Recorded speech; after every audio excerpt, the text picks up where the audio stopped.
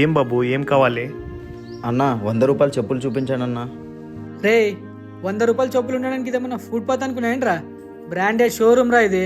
రే ముందు వాడిని బయటికి పంపించా. 100 రూపాయలకి ఏ చెప్పులు రావు తమ్ముడు.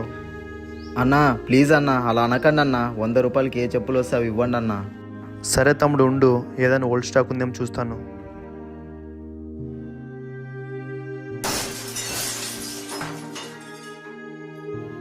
రే రే వాడు చెప్పులు తీసుకొని పారిపోతున్నాడు రా. వెళ్ళరా, త్వరగా వెళ్ళి పట్టుకోరా.